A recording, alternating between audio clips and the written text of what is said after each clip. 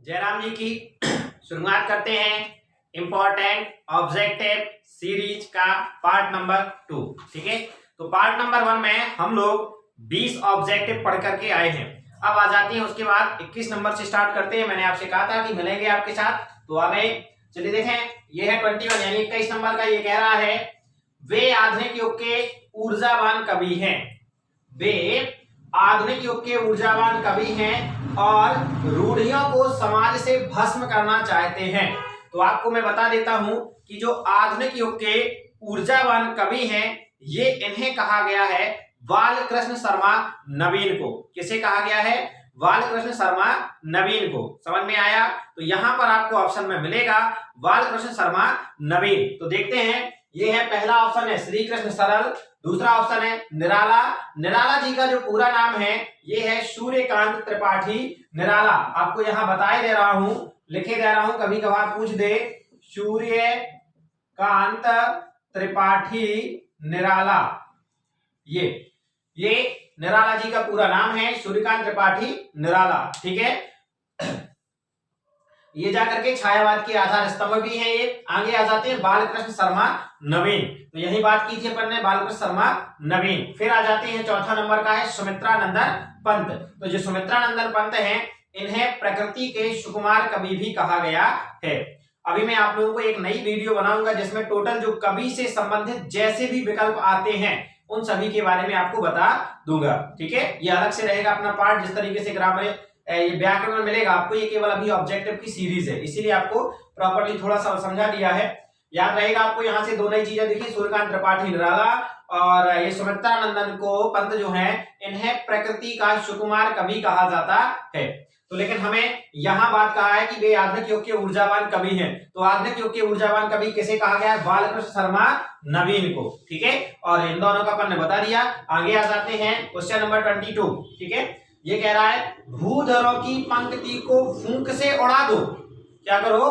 भूधरों की पंक्ति को फूंक से उड़ा देने में भाव है। इतनी खतरनाक बात कह रहा है कि भूधरों की पंक्ति को फूंक से उड़ा दो, तो इसमें कौन सा भाव है? अब देखिए, समझ में तो आ गया होगा केवल लाइन को पढ़ने मात्र से कि इसमें कौन सा भाव हो सकता है। देखिए, यहां पर शुरुआत करते हैं दैन्य भाव, लास्ट से चल रहा हूं मैं। ऑप्शन नंबर दा यहां पर लिया, इसमें दैन्य भाव। यहाँ पर दरिद्रता दिखाई गई है। दैन्य भाव का मतलब क्या होता है? दरिद्रता। आपको लग रहा है कि इसमें दरिद्रता दिखाई गई है, मतलब बिल्कुल भैया कुछ नहीं जानती हमें, सॉरी सर ऐसे करके। ये क्या है? दरिद्रता। ये दैन्य भाव है। क्या है? दैन्य भाव। ये तो दिखाया नहीं गया है, ये तो सीधा भूधरों की पंक्ति को क्या करना है? फूंक से उड़ा देना। इतनी खतरनाक बात की, तो ये दैन्य भाव तो नहीं हो सकता है। अब आ जाते हैं परामर्श। परामर्श मतलब होता है सलाह देना। क्या यहाँ पर सलाह दी गई है कि भूधरों की पंक्ति को फूंक से उड़ा देना? ये सलाह भी नहीं है। सलाह अगर आपको जैसे मान ली कोई सलाह देनी है तो कैसे देखो, अरे भैया ऐसे नहीं ऐसे कर लो, ऐसे नहीं ऐसे कर लो। जैसे हम आप लोगों को बताया करते हैं कि बेटा ऐसे नहीं ऐसे पढ़ोगे तो आपके अच्छे नंबर आएंगे, हैं? तो ये सलाह वाला भी काम खत्म। ये हो नहीं सकता, ये हो नहीं सकता। विनय की गई है। विनय की गई है मतलब प्रार्थना की गई है। इस तरीके से हाथ जोड़ करके विनय की जाती है। जैसे आप लोगों ने सुना है, विनय न मानत जलधि जल गए 3 दिन बीत, बोले राम शको तब भय बिन होए ना प्रीत। मतलब विनय मतलब प्रार्थना होता है। रामचंद्र जी ने प्रार्थना की थी ना वहां पे जाकर के समुद्र के पास बैठ करके। चलो उसको अपन छोड़ देते हैं। लास्ट में पहले पीछे से स्टार्ट इसलिए किया है ताकि आपको इन सभी चीजों का क्या हो जाए, मतलब पता चल जाए। फिर आक्रोश प्रकट किया गया, गुस्सा दिलाई गई है। बात 100% ये सही है। यहाँ पर गुस्सा उत्पन्न होती है कि नहीं होती है? तो ये बात यहाँ पर क्या है? आ नंबर इसका सही है। चलिए आ जाते हैं 23। यहाँ कह रहा है राष्ट्र की स्वाधीनता पर आंच तुम आने न देना। राष्ट्र की मतलब अपन ने इसमें देखा, आप लोग जब इस चैप्टर को पढ़ेंगे तो उसमें क्या है? देश की स्वाधीनता को भेड़िए चल रहे हैं। क्या है? इस तरीके से पंक्तियां हैं। भेड़िए क्या कर रहे? चल रहे। भेड़िए यहाँ रियलिटी भेड़िए नहीं, क्या है? भेड़िए कहा गया देश के गद्दार लोगों को। ये ना समझना बोले सर वो तो भेड़िए कहाँ है, देखना है हमको भेड़िया कैसे। यहाँ बात कही गई देश के गद्दार लोगों को। चलो इसकी बात नहीं, चैप्टर में आप लोगों ने पढ़ा होगा। तो यहाँ है राष्ट्र की स्वाधीनता पर आंच ना आने देना, लिखा है किस चैप्टर से लिया गया है? तो देखिए, पहले मैं आपको बता दूं, अरे तुम हो काल के भी काल। यहाँ क्या है? अरे तुम हो काल के भी काल।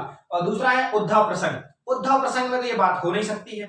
यहाँ लग रहा है अपन को अरे तो मोह काल के काल हो सकता है, उद्धव प्रसंग तो किसी कीमत पर नहीं हो सकता है। फिर आते हैं राष्ट्र श्रृंगार में और आ जाते हैं वर्षा ऋतु में। तो वर्षा ऋतु में तो ये बातें होगी नहीं, ये तो युद्ध की बात है। अब बचा दो, इन दोनों में से हमारा आंसर है राष्ट्र श्रृंगार में। समझ में आ गया? चलिए, तो इसके बाद जाते हैं 24 यानी 24 नंबर का। 24 नंबर का ये कह रहा है वह समय की हर शिला पर अपने चिन्ह छोड़ देती है। समय की हर शिला पर, शिला मतलब चट्टान, चट्टान का मतलब यहाँ पर केवल ये कहा गया है कि हर जगह देखो ऐसा कौन सा काम है या कौन है जो बार बार हमें दिखाई देता है। तो यहाँ पर है वह समय की हर शिला पर अपने चिन्ह छोड़ देती है। ऐसी कौन सी चीज है? कल्याणी, ये तो भैया लग नहीं रहा है, कल्याणी।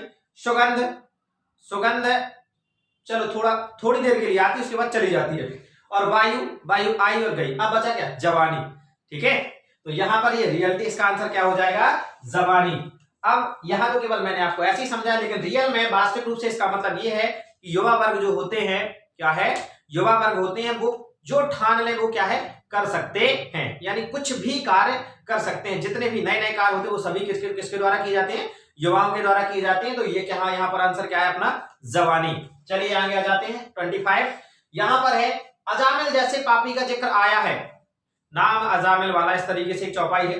तो अजामिल जैसे पापी का जिक्र आया, अपने पाठ में पढ़ा है उस वाले। तो कौन से प्रसंग में है? महत्ता में। महत्ता में केवल देश के बारे में वर्णन किया गया, देश के महत्व के बारे में।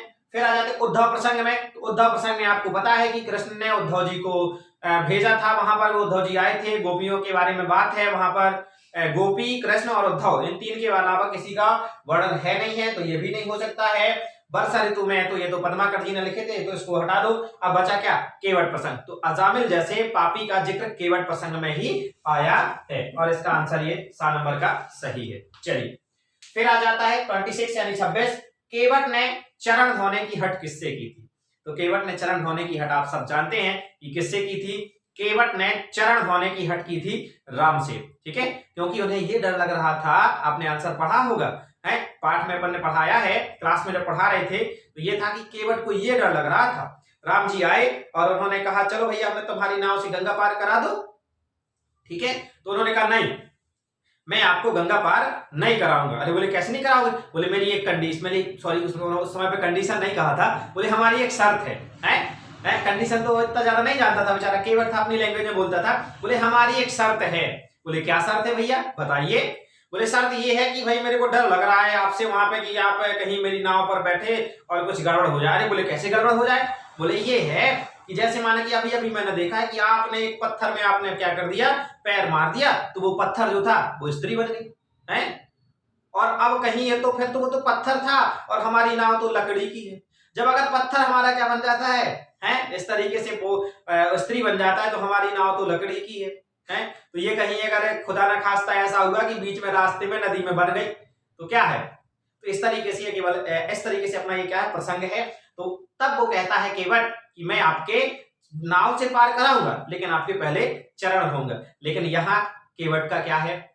ये केवल बात ऐसी है कि यहाँ पर केवट ने ऐसी बात की, वास्तविकता ये थी केवट प्रभु राम के चरण धोकर के स्वयं और अपने परिवार का उद्धार करना चाहता था, उसीलिए उसने ये बात कही है। और बाकी इसमें कोई तथ्य नहीं है। अपन चैप्टर जब आंसर पढ़ेंगे तब जाकर इसको बताएंगे। ठीक है, इसके बाद जब ऑब्जेक्ट अपने कंप्लीट हो जाएंगे आपको आंसर ही पढ़ाए जाएंगे, टोटल परेशान होना नहीं है। तो इसमें क्या हो जाएगा? राम के चरण होने की हट की थी। ठीक है, फिर आ जाते हैं 27 में ये कह रहा है भारत की प्राचीनता की खोज की बात कही गई है। तो भारत की प्राचीनता की खोज की बात कही गई। अभी मैंने बात कहा था कि महत्ता में देश के बारे में बात कही गई। अगर यहाँ महत्ता मिल जाए बिल्कुल लगा दो। या केवट प्रसंग, अब केवट प्रसंग में तो भाई अपन अभी अभी बात कर रहे थे, हो नहीं सकता है। मीरा के पद में, मीरा को अपने ही से फुर्सत नहीं थी, तो वहां पर जाकर के है प्राचीनता की खोज क्या बताएंगे? मीरा तो वही थी बैरागढ़ होगी हो, ज्यो भेष में हारो साहेब रीझे त्यों तो भेष धरूंगी हो। वो तो अपने कृष्ण को मनाने में लगी थी, कृष्ण चाहिए था उन्हें तो चाहे जैसे करके, तो उन्हें अपने से ही फुर्सत नहीं थी। तो देश की महत्व इसको तो हटा दो। वंदना में केशवदास जी लगे रहे अपने राम की वंदना करने में, इस तरीके से पूरन पुराण अनुपुरुष पुराण वाणी जगरानी की उदारता बखानी न जाए, इस तरीके से वंदना किए। अब ये जब 3 नहीं है तो बचा क्या? चौथा महत्ता में। और बात सही है, तो इसका आंसर क्या हो जाएगा हमारा? महत्ता। ठीक है, आ जाते हैं 28 नंबर के क्वेश्चन में। 28 नंबर का क्वेश्चन ये कह रहा है सुरलोक से भी सर्वथा उसका अधिक उत्कर्ष है। जब हमने चैप्टर में पढ़ा था तो यहाँ बात कही जा रही है कि सुरलोक अर्थात देवलोक में भी सबसे अधिक उत्कर्ष किसका है। तो यहाँ देखो इसका राइट आंसर यानी सही उत्तर है भारतवर्ष का। ठीक है, तो ये हो गया भारतवर्ष। और आ जाते हैं 29 यानी कि 29। इसमें कह रहा है मालिन से फूल यह प्रार्थना करता है, क्या करता है आप लोगों को पता हो, चैप्टर का नाम है, पाठ का ही नाम है, देखो मालिन मुझे ना तोड़ो। तो यहाँ देखो आपको ऑप्शन में मिल रहा है क्या, कहीं देखो मालिन मुझे ना तोड़ो, ये है 7 नंबर पे, देखो मालिन मुझे ना तोड़ो। फिर आ जाते हैं 30 नंबर का। 30 नंबर का क्वेश्चन है उसका हाथ उठते ही शुद्ध बुद्ध खो देता है। तो कौन है इसमें जो क्या होता है, उसका हाथ उठते ही शुद्ध बुद्ध खो देता है। तो अभी बता रहे हैं इन 4 में से है एक। यहाँ देखो एक लाइन, एक चीज दिख गई हमें, शुद्ध बुद्ध खो देता है। यहां से एक मुहावरा बनता है शुद्ध बुद्ध खो देना। तो शुद्ध बुद्ध खो देना का मतलब होता है आपा खो देना। ये भी एक मुहावरा, मतलब हमें कुछ याद ना रहना। ठीक है, यानी कि सीधा सीधा यूं कहा जाए तो जैसे बोलने नहीं लगते, बोले जब हमें गुस्सा आ जाती तो हमें कुछ दिखाई नहीं देता, वही है शुद्ध बुद्ध खो देना। ठीक है, तो यहाँ पर कौन शुद्ध बुद्ध खो देता है, तो यहाँ थोड़ा सा क्वेश्चन में गौर करने की बात है। यहाँ लिखा उसका हाथ उठते ही, अब ये बनेगा उससे ही कि जिसने चैप्टर पढ़ा होगा कि यहाँ बात किसकी कहेगी, नहीं तो यहाँ तो स्वाभाविक सी बात है कि कोई अगर दूसरा हाथ उठा दे तो अब चाहे जिसका शुद्ध बुद्ध खो देता है कि नहीं खो देता। किसी ने आपको एक लगाया तो तत्काल गुस्सा आ जाती कि नहीं आ जाती, कि क्यों लगाया, यही है। चलो, तो यहाँ लेके जब अपन ने चैप्टर में पढ़ा है तो जो फूल होता है वो ये कहता है कि देखिए जब मतलब आपने मेरे को पाला पोसा है, आप सब मेरे को जानते हैं, मालिन से कहता है कि और फिर जब आप ही मुझे तोड़ने आते हो तो मेरे को क्या होता है, बहुत दुख लगता है और फिर मैं आपा खो देता हूं। तो यहाँ पर आंसर क्या हो जाएगा, फूल। ठीक है, अब देखें यहाँ पर पंक्ति भी है, फूल कहता है, जब चैप्टर में अपन ने पढ़ा है उसमें ये कहता है कि जब जग मुझे तोड़ने आता मैं हंस हंस रो देता। ठीक है, फिर जब तुम मुझे तोड़ने आती तब मैं शुद्ध बुद्ध खो देता। इस तरीके से जग यानी कोई भाई जब जो जानता नहीं है वो तोड़े, कोई दिक्कत नहीं, मैं हंसता रहता हूँ, हंस हंस करके अपना दर्द छिपा जाता हूँ। लेकिन जब तुम स्वयं जिसने मेरा पालन पोषण किया है वो खुद मेरे को तोड़ने आता है तब मैं अपना आपा खो देता हूँ। तो यहाँ पर बात आंसर हो जाएगा हमारा फूल। फिर आ जाते हैं 31 यानी 31।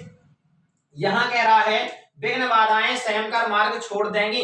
तो जो विघ्न बाधाएं हैं वो सहम करके किसका मार्ग छोड़ देती हैं, तो हमें बिल्कुल पता है। देखिए कि विघ्न बाधाएं सहम करके नवयुवक का मार्ग क्या कर देती हैं, छोड़ देती हैं। ठीक है, क्योंकि नवयुवक जो होता है वो कुछ भी कर सकता है। तो यहाँ आंसर होगा हमारा नवयुवक। ठीक है, अब ये कुछ भी कर सकने का मतलब है अगर उसने दृढ़ निश्चय कर लिया कि ये करना है तो वो कुछ भी कर सकता है। कौन, नवयुवक। शिशु तो दृढ़ निश्चय करता नहीं है, वृद्ध दृढ़ निश्चय कर नहीं सकता है। और अब बचा दुष्ट, तो दुष्ट तो ऐसा है कि अब दुष्ट ही है। चलो हटाओ, यहाँ आ गए 31 के बाद 32। वसंत गीत प्रकृति चित्रण है। तो वसंत गीत जो है ये किसके द्वारा लिखा गया है, यहाँ कहा गया रहा है। 4 ऑप्शन है हमारे पास, महादेवी वर्मा, उसके बाद है निराला जी, और फिर है गजानन माधव, सॉरी इसमें मुक्ति बोध लिखा है, जबकि इनका पूरा नाम है गजानन माधव मुक्ति बोध। ठीक है, ये मुक्ति बोध वाला लिखा है, अपन को यहाँ लिखे रह रहा हूं कि गजानन माधव मुक्ति बोध, गजानन माधव और मुक्ति बोध। और ये जो प्रसाद है तो प्रसाद में जयशंकर प्रसाद की बात कही जा रही है। ठीक है, तो हमने आपको भी थोड़ी देर पहले बताया था कि यहाँ पर सूर्यकांत त्रिपाठी निराला जी ने ये क्या है पंक्तियां लिखी हैं, वसंत गीत। ठीक है, यहाँ महादेवी वर्मा ने आपके में ये लिखा है गौरा वाला चैप्टर लिखा है, और ये जो मुक्ति बोध है इन्होंने महत्ता वाला है, और इस तरीके से जो प्रसाद जी है तो प्रसाद जी ने श्रद्धा बनु वाला। चलिए आ जाते हैं, ये हो गया निराला, तो निराला जी इसका राइट आंसर हो जाएगा। फिर आता है निराला ने लिखा है, लीजिए इसका ही जस्ट अपोजिट, निराला ने लिखा है हिमालय तो लिखा नहीं है, बड़ सिपाही लिखा नहीं है, ऋतुराज लिखा नहीं, क्या है, वसन वासंती लेगी। तो यही इसका राइट आंसर है कि वसन वासंती लेगी। चलिए आगे आ जाते हैं 34 यानी 34 नंबर का। इसमें सूखी डाली पल्लव बसना बनेगी। तो जो सूखी डाली है वो पल्लव बसना कब बनती है, तो अपन लोगों ने ये चैप्टर में पढ़ा है। तो जो सूखी डाली है वो पल्लव बसना बन जाती है वसंत के मौसम में। ठीक है, एक सूखी डाली की तुलना जो है वो पार्वती से या हरी घास से इस तरीके से है की गई है। चलिए तो अपन देखेंगे आगे चैप्टर में, आप लोगों को पढ़ लेना है। धरती को मानव तो बसंत को मानवता बताया है। तो धरती को मानव और बसंत को मानवता किसने बताया है? शूर्यकांत त्रिपाठी निराला, महादेवी वर्मा, श्री कृष्ण सरल और गजानन माधव मुक्तिबोध। तो इसका राइट आंसर क्या है? गजानन माधव मुक्तिबोध। ठीक है, मैंने आप लोगों को एक जो टोटल सब्जेक्ट आपका यहाँ पर दिया है, पद्य खंड में जितने भी कवि हैं उन सभी ने कौन कौन से पाठ लिखे हैं उनकी एक अलग से वीडियो बनाई है। वो वीडियो आप लोगों को क्या कर लेना, देख लेना है। अभी तक अपन ने 2 पार्टों में ये देखा है कि हर में सर 2 या 3 क्या कर रहे हैं, कोई कवि लेकर के आ जाते हैं। तो जब अगर आपने वो पूरी देख लेंगे तो आप लोगों से ये पूरे क्वेश्चन क्या हो जाएंगे, बन जाएंगे। ठीक है, अपन को परेशान किसी को होना नहीं है, पढ़ते रहना है, मुस्कुराते रहना है। आपसे मिलेंगे क्वेश्चन नंबर 36 के साथ नेक्स्ट वाले पार्ट में। जयराम जी की